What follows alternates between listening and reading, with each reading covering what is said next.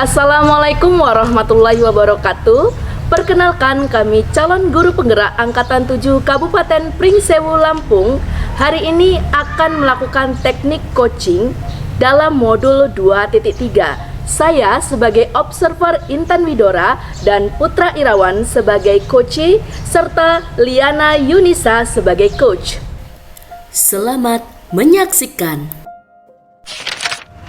Selamat pagi Bu Liana. Pagi Bu Intan. Gimana kabarnya? Alhamdulillah baik. Oke, sesuai dengan agenda yang akan kita jalankan hari ini, Bu Liana akan melakukan coaching, betul? Iya, betul sekali. Oke, jadi sebelum melakukan coaching itu ada pra supervisi ya. Jadi ada beberapa pertanyaan yang ingin saya tanyakan. Iya, oke. Ya, yang pertama Bu Liana, dalam coaching nanti apakah sudah disiapkan rubrik penilaian untuk percakapan coaching?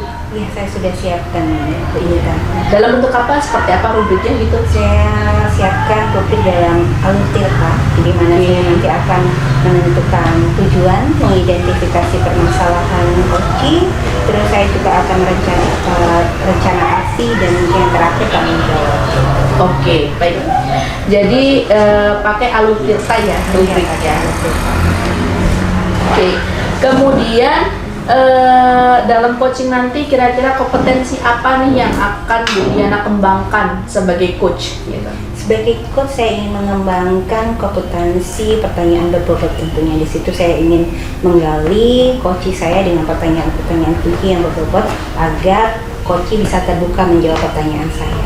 Oke, jadi dari kompetensi seperti kehadiran secara utuh, presence, kemudian ada mendengarkan dengan baik, kemudian ada memberikan pertanyaan berbobot dan lain-lain. Jadi di sini fokus spesifik Bu Liana lebih ke memberikan pertanyaan berbobot. Oke, memberikan pertanyaan berbobot supaya kompetensi itu meningkat gitu ya. Iya. Oke, baik.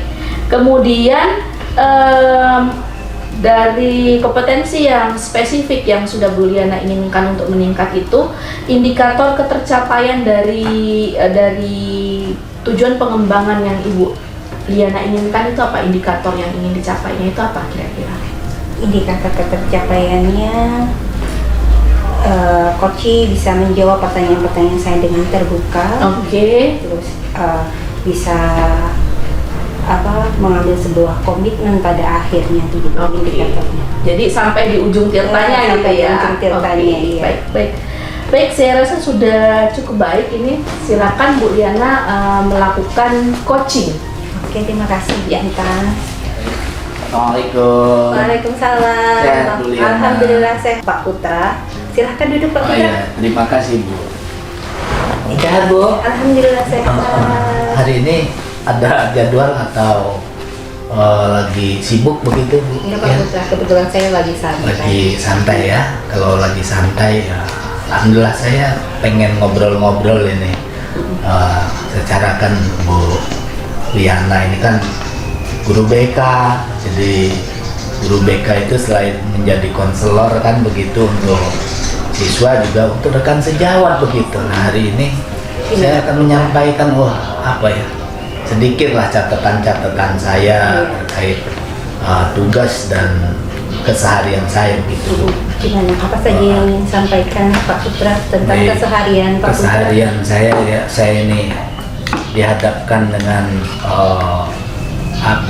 tingkat kedisiplinan siswa yang masih sangat rendah begitu Bu.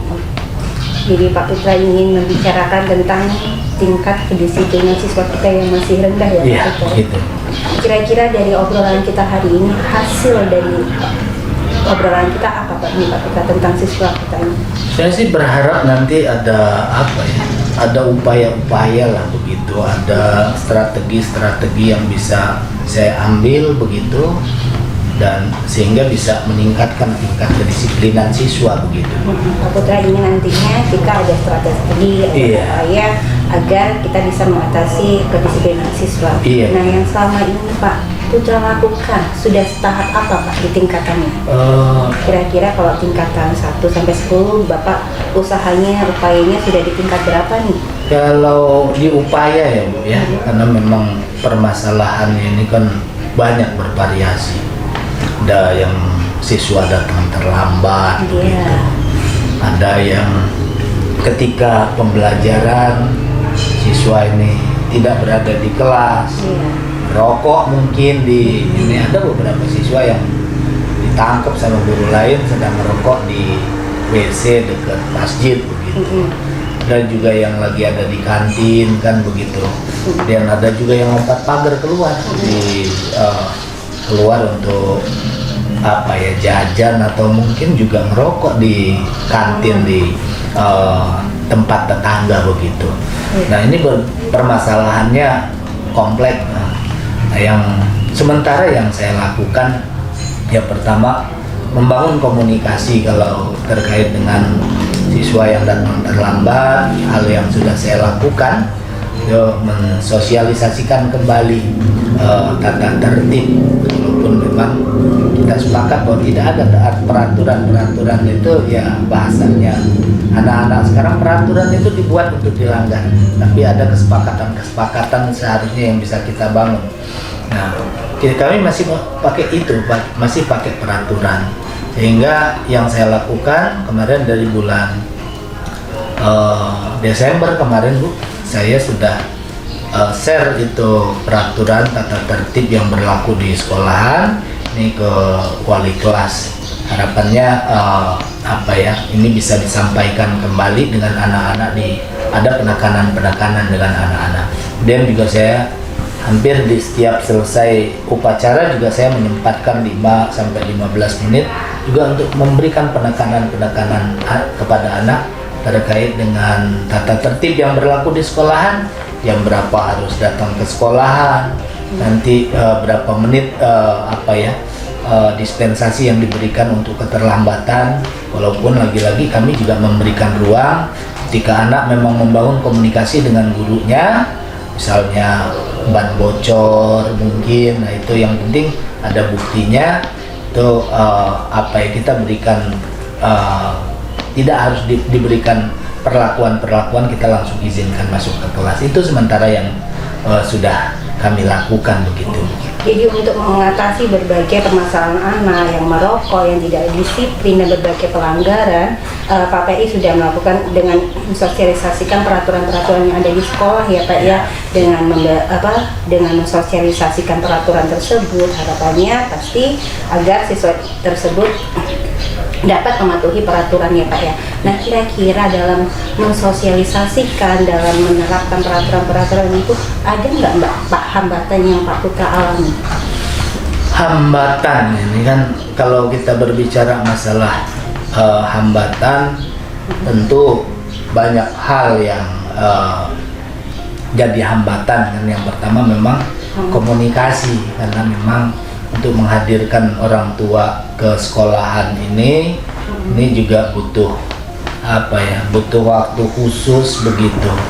Dan kalau hanya di share melalui grup ini kan kelemahan kita, biasanya tetap hanya dilewatin, kadang-kadang tidak dibaca, apalagi kalau sudah sudah melihat lembarnya ada banyak maka diputuskan untuk tidak baca. Itu kendalanya terkait dengan komunikasi, sehingga saya yakin sih kenapa masih ada pelanggaran ini, karena memang peraturan itu belum sepenuhnya sampai ke anak-anak. Jadi menurut Pak Putra bahwa hambatan mensosialisasikan itu diantaranya karena keterbatasan, seperti kalau cuma lewat WA gitu ya Pak, akan tidak terbaca dengan baik. Nah kira-kira yang pernah Pak Putra lakukan untuk mengatasi hambatan tersebut, apa yang sudah Pak Putra lakukan untuk mengatasi hambatan tersebut? Saya sudah membangun kolaborasi, karena memang yang paling dekat ujung tombak yang berhubungan langsung dengan siswa ini kan wali kelasnya.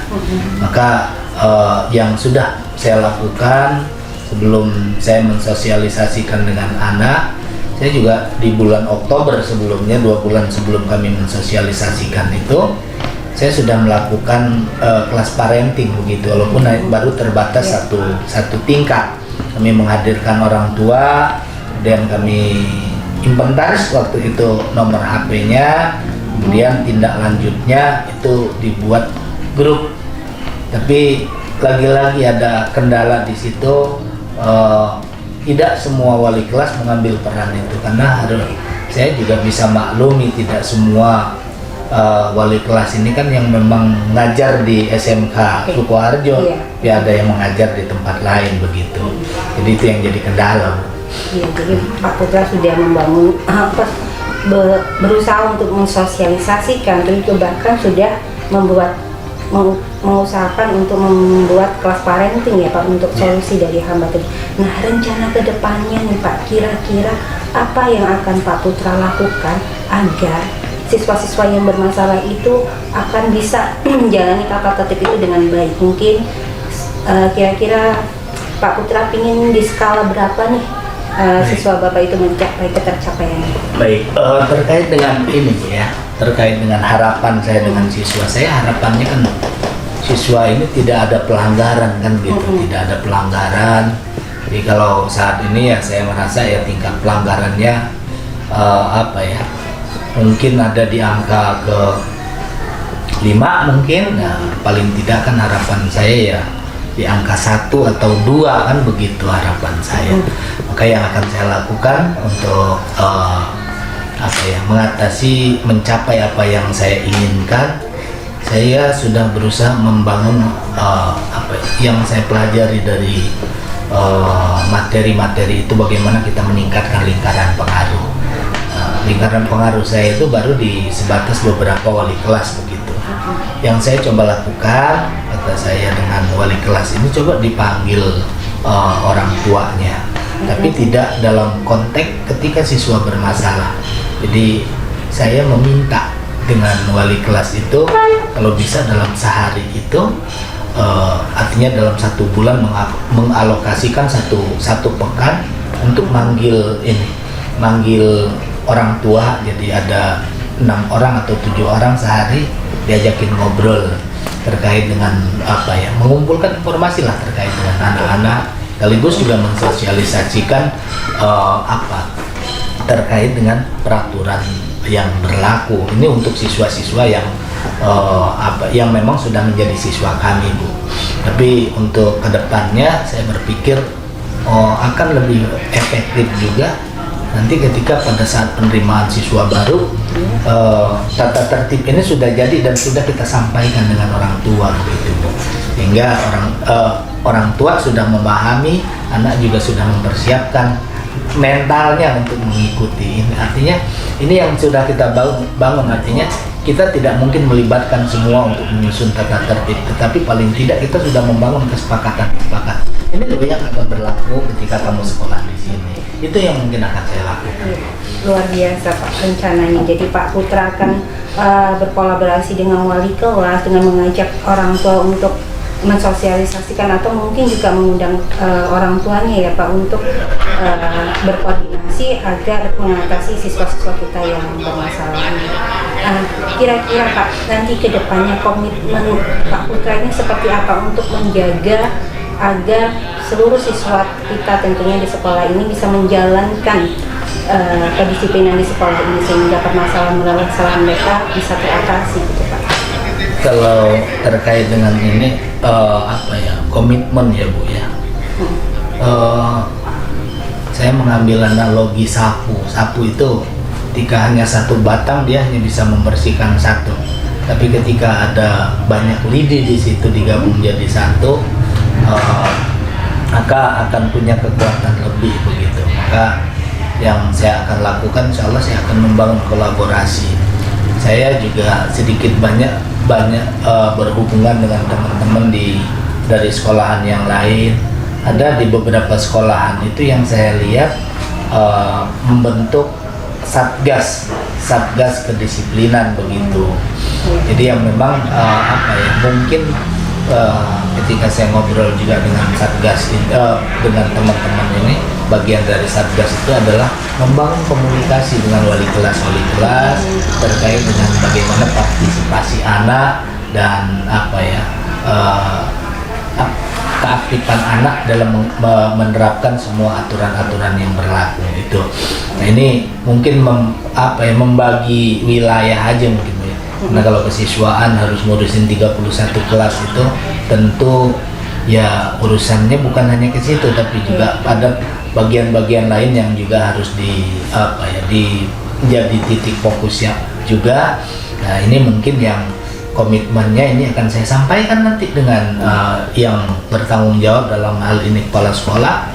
Mungkin nggak kalau kita juga menerapkan membentuk ada satgas mungkin yang bisa dilibatkan di sini, guru BK, kemudian wali kelas dan guru agama begitu, jadi normatif adaptif ya, sehingga harapannya memang satgas ini bukan untuk menangani anak-anak yang punya masalah, tapi tugas pokoknya sebenarnya memberikan edukasi, membangun komunikasi dengan anak-anak, sehingga apa yang menjadi keluhan, apa yang menjadi harapan dari anak-anak itu bisa difasilitasi sekolah, kan begitu. Jadi ketika anak sudah merasa difasilitasi, diberikan kebebasan di sekolahan ini, mudah-mudahan keyakinan saya tanggung jawabnya bisa tumbuh begitu. Oke, bagus sekali Pak Putra, komitmennya dengan membangun komunikasi dengan siswa, dengan sosialisasi dengan Bapak nanti membuat satgas, mungkin itu akan menjadi salah satu solusi ya Pak ya, untuk kembali siswa kita bisa menjalankan kedisiplinan di sekolah, tentunya dengan bantuan dengan wali kelas, guru BK yang seperti Bapak tadi utarakan. Semoga apa yang menjadi tujuan Bapak dari rencana yang sudah kita bicarakan hari ini bisa tercapai ya Pak Putra, mendapatkan siswa-siswa kita yang bisa menjalankan kedisiplinan di sekolah. Amin. Gimana rasanya Pak Putra setelah berbincang dengan saya dan mengutarakan semuanya?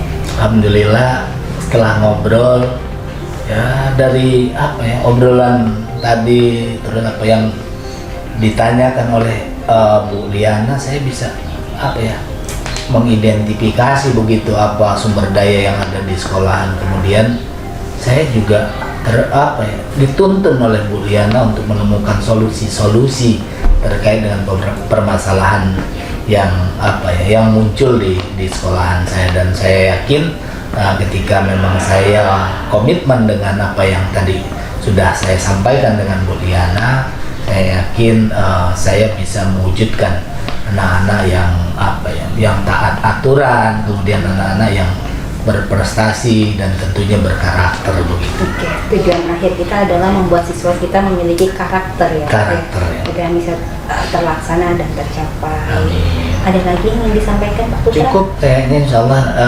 untuk terkait ini insya Allah saya anggap cukup. Insya Allah nanti lain waktu juga saya akan ngobrol lagi dengan Bu Liana. Mudah-mudahan Bu Liana tidak bosan mendengarkan cerita-cerita saya. Baik, terima kasih Bu Liana sudah meluangkan waktu untuk saya. Saya pamit. Assalamualaikum. Waalaikumsalam Pak Putra.